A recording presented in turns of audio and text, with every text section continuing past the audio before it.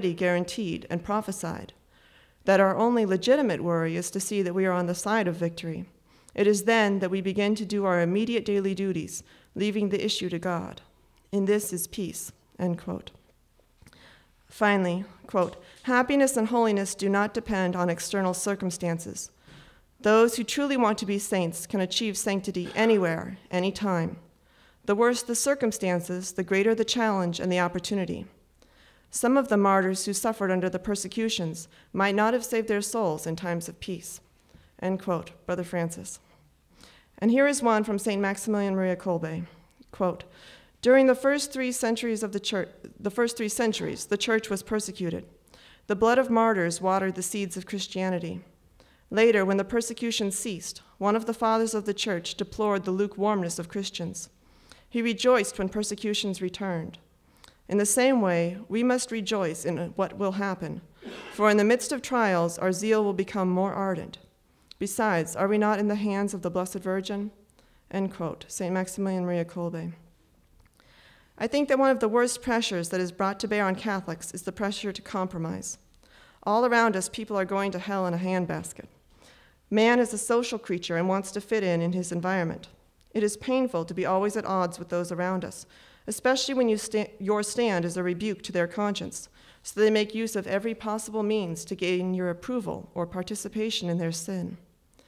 Add to that the fact that our fallen human nature is going to be always drawn to the things of sense, to material goods, to all that the world holds out to us so temptingly. As a result, we find ourselves constantly faced with the temptation to compromise. Surely this little thing can't hurt. It is nothing compared with what everyone else is doing. Or, if I just go this far and no farther, I will fit in so much better. People won't consider me so weird. I might even be a more effective apostle. What we have to convince ourselves of is that when it comes to matters of truth, of faith and morals, there can be no compromise. I recently read a very good novel by Michael O'Brien called A Father's Tale. In it, he narrates a conversation between Alex, the man the story is about, and a Catholic priest. I would like to quote it because it seemed to me to show so clearly what is wrong with compromise. The conversation starts with the priest, Father Sergius, saying, quote, do you see what Satan has done to all of us? Whenever he cannot entice us into direct evil, he will try to allure us into passive evil. No, that is not the exact word. I should say that he always seeks to deceive men of goodwill by offering them what appears to be a lesser evil. Alex, you mean he offers them a terrible evil on one hand and an apparently small evil on the other? Father, yes, this is his great subtlety with us. He has observed us for millennia. The devil is an outstanding psychologist. Alex, so we choose the lesser evil, thinking we have been saved from the great evil, when all the while his real purpose was to bring about the evil we have chosen. Father Sergius nodded. He wishes to infect everything, every particle of creation with compromise.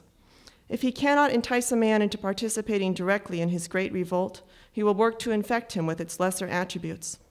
Alex, and he does so by presenting us with false choices. Father, yes. End quote, Michael O'Brien.